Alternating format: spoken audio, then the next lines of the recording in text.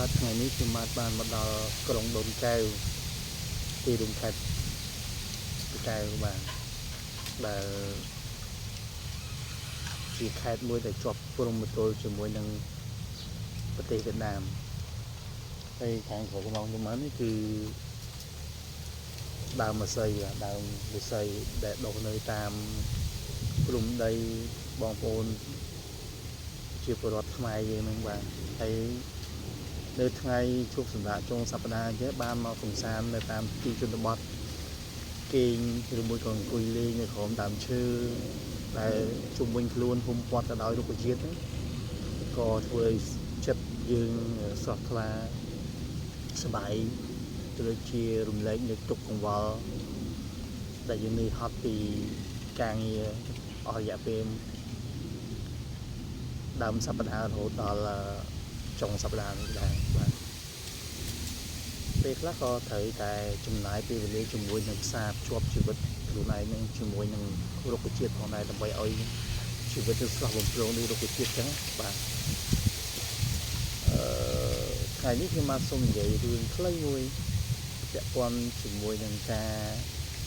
សង្គមបច្ចុប្បន្នឥឡូវហ្នឹងមិនថានារីឬមួយក៏បរិសុទ្ធទេ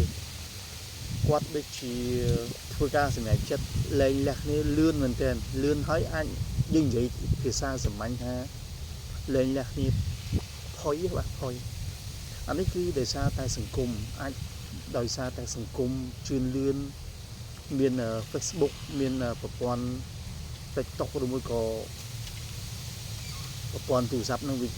ទំនើបជឿនលឿនពេកអញ្ចឹងមនុស្សខ្លះគាត់ឃើញដៃគូស្នេហាគឺផ្សេងទៀតនេះគេលែងគ្នាគេបែកបាក់គ្នាស្រួលអញ្ចឹងគាត់ក៏ធ្វើតាមគេទៅអាច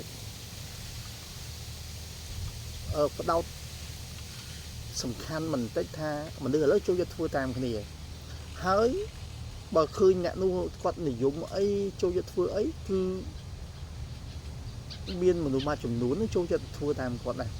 អញ្ចឹងបកមកវិញអារឿងលែងលះគ្នាក៏អញ្ចឹងដែរសម័យមុនសម័យចាស់បុរាណមិនងាយទេមិនងាយមានគេថាគាត់តម្រាំនឹងសម្រាប់ចិត្តថាលែងលះគ្នានោះគឺមិនងាយទេដោយសារថាលោកឪពុក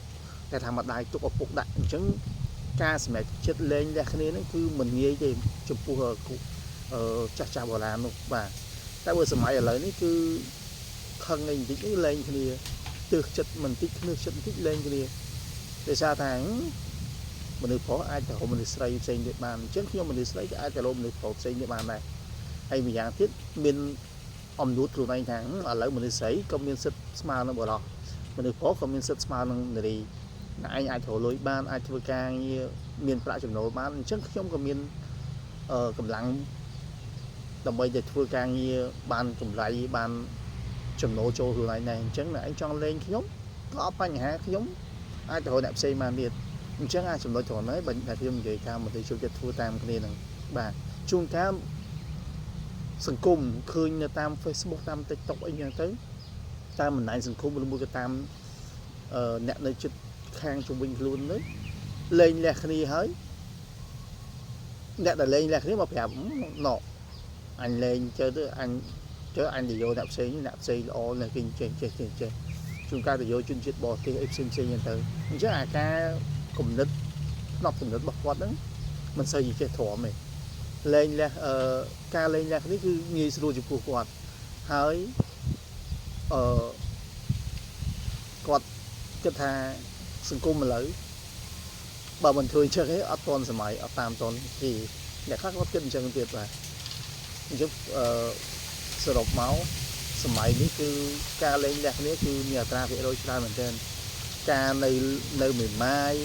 ជាមួយនៅពោះម៉ាយហ្នឹងគឺច្រើនណាស់ហើយអ្នកខ្លះទៀតសោតអាយុច្រើនហើយទាំងបរិសុទ្ធទាំងនារីអត់ទាន់មានគ្រួសារទេដោយសារហេតុអីដោយសារថាយកប្តីយកប្រពន្ធនេះខ្លាចខុសអញ្ចឹងគាត់អត់ចង់មានប្តីមានប្រពន្ធហើយត្រូវលែងលះគ្នាឯងតាមពិតគាត់គិតទៅក៏ជារឿងធម្មតាមួយដែរដោយសារតែអ្នកខ្លះមានប្តីមានប្រពន្ធហើយគាត់ក៏អត់នៅជាមួយគ្នាចុះដែរប្រកម្មកុសជាមួយគ្នាទៅក៏លែងលះគ្នាក៏ធ្វើឲ្យបែកបាក់គ្នាទៅអញ្ចឹងបានមនុស្សមួយចំនួនក៏សម្រេចចិត្តថាគាត់អត់យកគ្រួសារទេអត់យកប្តីឬមកអត់យកប្រពន្ធទេដោយសារថាគាត់ខ្លាចការបែកបាក់ចំណងអាពាហ៍ពិពាហ៍ nâng về thở phải xa như đây